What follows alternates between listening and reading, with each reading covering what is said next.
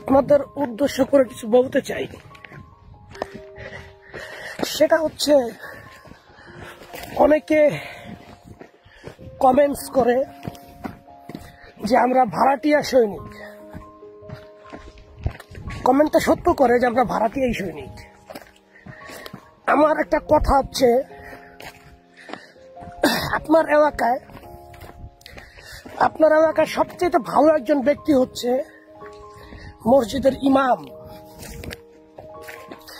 তিনি কোনো ঘুষ খায় না, সুদ খায় না, কোনো মানুষের ক্ষতি করায় না বা ক্ষতি করে না, স্বাভাবিক জীবনযাপন নিয়ে থাকে। সেই ব্যক্তিটাও যদি আপনাদের মসজিদে নিয়োগ পায়, সেও একজন বেতনভুক্ত মানুষ হয়, মানে বেতনভুক্ত ইমাম। তবে আপনাদের চোখে সেটা হচ্ছে হাদিয়া, আর আমরা সেনাবাহিনীতে জীবন নিয়ে লড়াই করি টাকার বিনিময়ে। আমরা ভাড়াটিয়া সৈনিক হয়ে গেছি।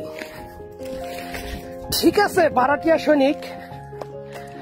এই দেশ আমাকে 1 বছর শেষে আমাকে নাগরিকত্ব দিয়েছেন। আমার স্ত্রী, আমার মা, আমার মেয়েদের সবাইকে দিছে।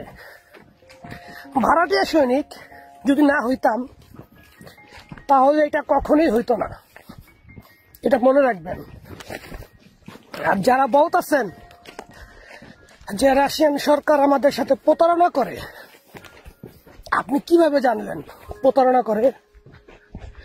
যারা রাশিয়াতে চাকরি করতেছে তাদেরকে জিজ্ঞাসা করুন, তারা ঠিক মতন এককালীন ভাতা পাইছে কিনা, প্রতি মাসের 10 তারিখে বেতন পাইতেছে কিনা জিজ্ঞাসা করুন। তারা কি মন্তব্য করে সেটা আমার জানান।